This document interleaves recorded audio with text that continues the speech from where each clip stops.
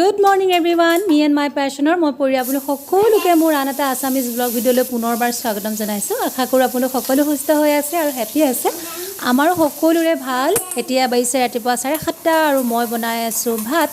ইমান ৰাতিপুৱা ভাত বনাই থকাৰ কাৰণটো হ'ল আজি হাজবেণ্ড যাব বাহিৰত। তেওঁ আজি বাহিৰত ডিউটি কৰিছে। হেতু কাৰণে তেওঁ দুপৰীয়াৰ যেটো লাঞ্চ সেই লাঞ্চৰ টিফিন মই ঠিক কৰি আছো আৰু এতিয়া মই বনাই আছো লুবিয়া, ৰাজমাহ, মটৰ বুট দালি এইবিলাক সব মিক্স কৰি এখন দালি এখিনি প্ৰায় হহ হৈছে আৰু উতল এটা আহিলে হৈ যাব আৰু আজি এই সেকতে ভাবিলো ৰাতিপুৱাই বনাইছো যেতিয়া আপোনালোকৰ লগত এটা ৰেচিপিও শেয়াৰ কৰো হেতু হৈছে সয়াবিনৰ ৰেচিপি মই দুদিনমান আগতে টেষ্ট কৰিছিলো খাই বহুত টেষ্টি লাগিলে ভাবিলো আপোনালোকৰ লগত শেয়াৰ কৰো তাৰ কাৰণে মই এখন কেৰাহীত অলপমান হৰহিয়াকৈ তেল দি লৈছো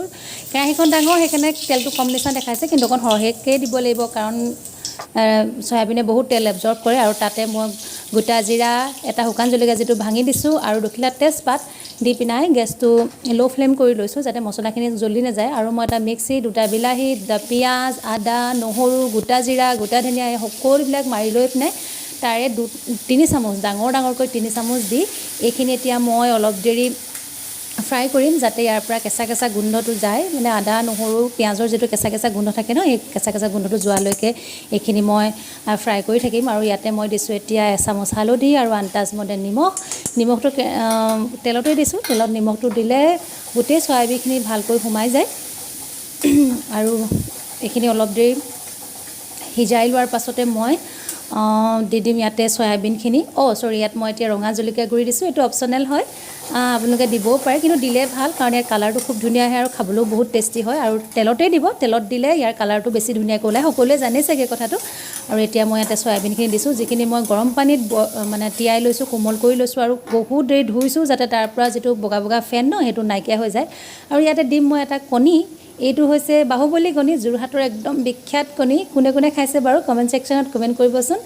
বহুত টেষ্টি হয় ইয়াৰ কুহুমৰ ৰংটো একেবাৰে লোকেল কণীৰ নিচিনা আৰু সাইজটো তাৰ ডাঙৰ থাকে হাঁহৰ কণীৰ দৰে এতিয়া এখিনতে মই এটা কণী দি লৈছো আৰু হেইখিনিও মই ভালকৈ সয়াবিনখনিৰ লগত মিক্স কৰি অলপ দেৰি হিজাই লম হিজোৱাৰ পাছত তাতে মই দুটা ৰঙা জলকীয়া দি দিছো আৰু দিছো গৰম মছলা এটো অকমান মছলা দি খাবলৈ মানে ভাল হয় আৰু মছলা দিলে খাবলৈ ভাল হয় এইখিনি ভালকৈ মিক্স কৰাৰ পাছতে মই এতিয়া দিম ইয়াত অলপমান পানী মানে ডাঙৰ চামুচে 4 চামুচ মান পানী হিমানখিনিমান পানী লৈছো আৰু এইখিনি দিছো দিলে যাতে গোটেই মছলাখিনি সয়াবিনখিনিত ভালকৈ সোমাই যায় আৰু যেতিয়া এই পানীখিনি শুকাই তেল বিৰিঙিবলৈ আৰম্ভ কৰিলে তেতিয়া মই এইখিনি নমাই দিলো আৰু ডাইৰেক্ট টিফিনটোতে ভৰাই দিছো এনেদৰে খাবলৈ ৰুটিৰ লগত বহুত টেষ্টি লাগে যদি ভাতৰ লগতো খাব পাৰে আপোনালোকে যিসকলে খাইছে নিশ্চয় গম পাইছে চাগৈ আৰু যিসকলে খোৱা নাই এই নতুন ৰেচিপিটো ট্ৰাই কৰি চাব খাবলৈ বহুত ধুনীয়া হয় আৰু এইখিনি সব ইমান ধুনীয়া কালাৰটো আহিছে মই অলপমান খাই চাইছিলো খাবলৈ বহুত ধুনীয়া হৈছে এনেকুৱাতে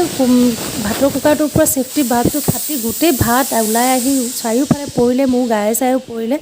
ইমানেই বেছি ভয় খালো নহয় কি ইমান দূৰলৈকে ভাত পৰিলে চচুলিলে বাপৰে ভাত আৰু মোৰ পুৰা ড্ৰেছতো ভাত পৰি গ'ল ভৰিটো পৰিলে ভাল যে আহি মোৰ মুখত নপৰিলে মুখত পৰাহেঁতেনে যে কিমান ডাঙৰ ঘটনা ঘটিলেহেঁতেন ৰাতিপুৱাৰ পৰা চাহ খোৱাই নাই চাহ একাপ খাই লওঁ এতিয়া আৰু পাকঘৰটো সাফা কৰিবলৈ আছে এটো যে কেতিয়া মই সাফা কৰিম হ'ব আৰু লাহে দিনটো কৰি থাকিম আৰু এই কাপ হৈছে মোৰ গ্ৰীণ টি এতিয়া 8:30 মান বাজিলে এখেত ওলাই গ'ল এতিয়া মই ভাবিছো চাহ একাপ খাই লওঁ ৰাতিপুৱাৰ পৰা গৰম পানী খালো বাৰু খোৱা নাই তেলকে আৰু এই আছক আমাৰ ইয়াৰ সোফা মই এনেকৈ ঢাকি থৈ দিওঁ কাৰণ ইয়াত ইমান বেছি জেঠি আৰু জেঠিয়ে ৰাতি পুৰা লেতেৰা কৰি কি কৰি থৈ দিয়ে মই আপোনাক বেলেগকৈ বুজাই নকলে হ'ব লেতেৰা কৰি দিয়ে আৰু সেইখন মানে ভাল নালাগে সেইকাৰণে মই ঢাকি মেলি থৈ দিওঁ আৰু লৰা উঠি পিনাই বিছনাতে ইনে বাগৰি আছে ক্লাছ হ'ব দে উঠা গুড মৰ্নিং কোৱা গুড মৰ্নিং উঠা গো ক্লাছ হৈ যাব তোমাৰ ষ্টাৰ্ট হ'ব এতিয়া বেছি দেৰি নাই যোৱা এনেকা ফ্ৰেছ হৈ আগে যোৱা গো ভিডিও বনাই থাকা মই মুখ ধুই আহোঁগে ওকে সোনকালে যোৱা এইটো কি থৈ দিছা কিবা বস্তু আৰু বাদাম ষ্টিক্স বুলি কয় হয় নেকি এইটো প্ৰিমিয়াম বাদাম ষ্টিক পাপু মই আনিছিলে মই দেখাইছোঁ কি এনেকুৱা খুলি দেখাইছোঁ মই এইডালে অকল আছে এইডাল কেনেকুৱা খাবলৈ মজা টেষ্টি খালি এডালহে আছে এডাল হয় নি এডাল মোলে তোমালে ঠিক আছে তুমিয়ে খাব বাৰু যোৱা গো ফ্ৰেছ হৈ আহাগে যোৱা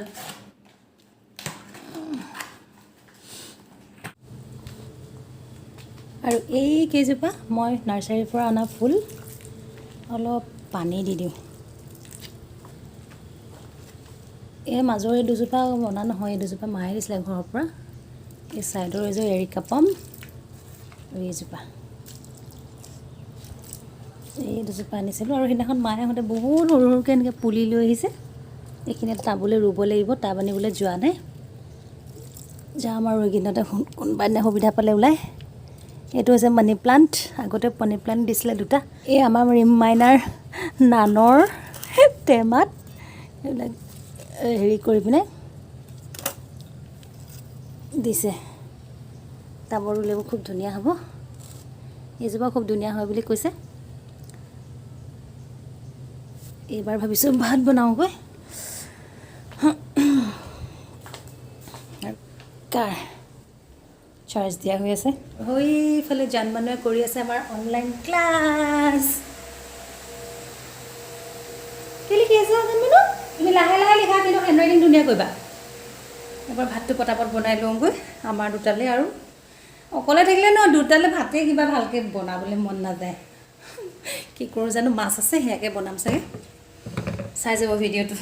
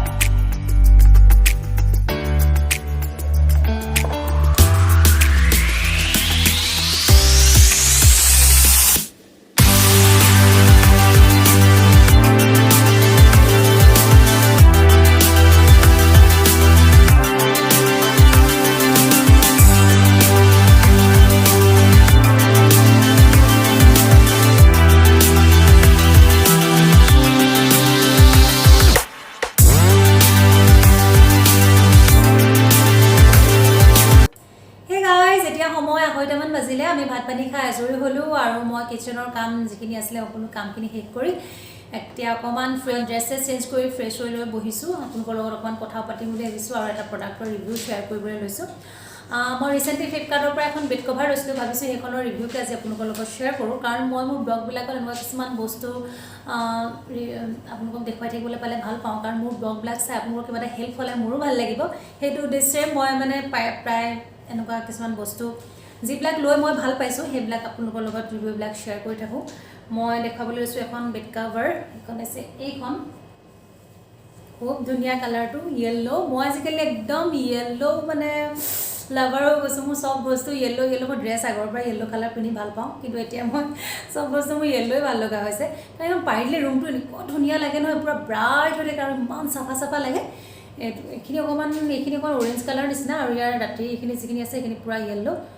এনেকুৱা এইখিনি যিখন মানে ফ্লিপকাৰ্টৰ যিখন ফটো আছিল সেইখনতকৈ ইয়াত মই যিখন অৰিজিনেল ৰিচিভ কৰিছোঁ সেইখনত বেছি ধুনীয়া বেছি ব্ৰাইট তাত অকণমান লাইট কালাৰ নিচিনাই দেখাইছিলে কিন্তু অৰিজিনেল বহুত বেছিয়ে ধুনীয়া